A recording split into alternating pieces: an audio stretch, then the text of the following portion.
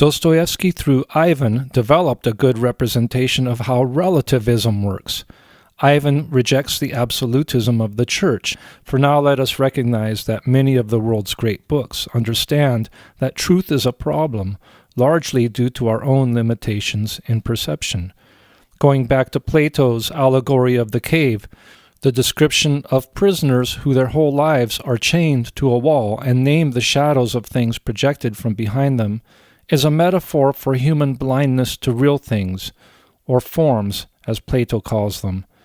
Ask yourself how much of what you perceive as truth is actually real versus that which comes from your own inner world and socialized frame of reference. Plato suggests there is an absolute truth or reality beyond what all but the enlightened philosophers can see. Relativists, on the other hand, see truth as contingent and subject to change. Modern humanity places its greatest faith perhaps in science. But have not the axioms of science been upended from the beginning? At one point it was scientific fact that the sun orbited the earth. Of course, staunch relativists probably do not exist in an empirical world, but moral relativism does. For some people, the death penalty is evil, but for others, justice cannot exist without it. An absolutist would say that the truth can only exist on one side of this issue. Moral relativists see contingency. It all depends. Dostoyevsky seemed to suggest that relativistic thinking can be a trap versus the liberating absolutism of faith. How do you feel about this seeming paradox?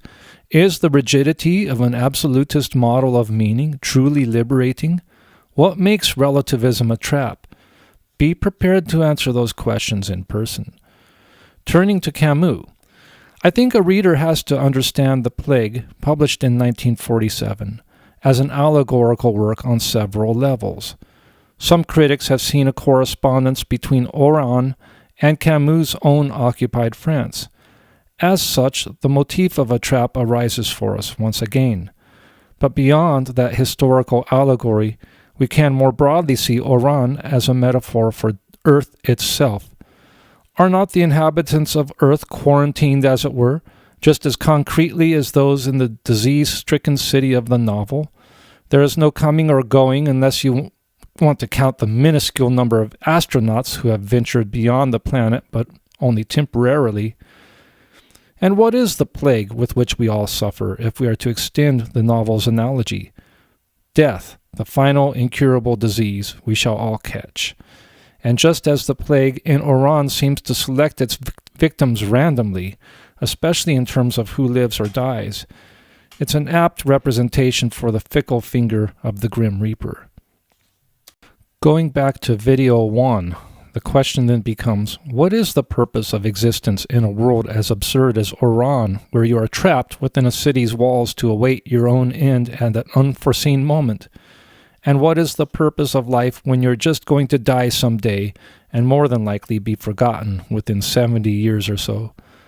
We are once again examining the central problem of the absurd.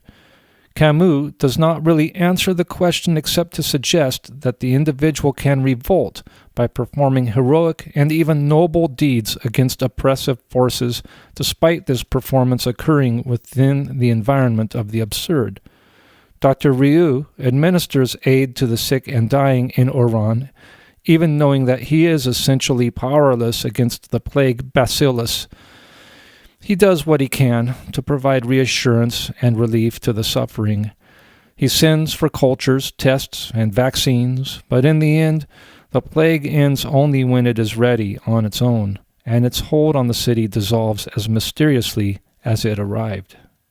To conclude, the problem with the absurd is that the existentialist dead end it raises can, for many, lead to the same nihilistic trap we see in Ivan.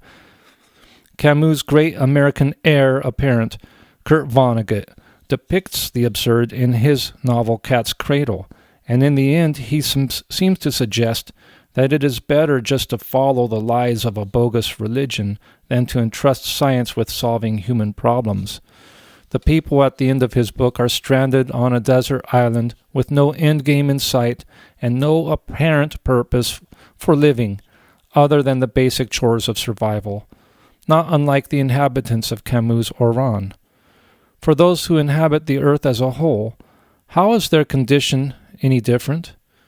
The only way out of this trap of meaninglessness appears to be religious, preferably with some offering of an afterlife. That is what Dostoyevsky would say. But humans are not inclined to believe in something without at least being tricked by appearances. This desire for apparent truth could be the greatest trap of all.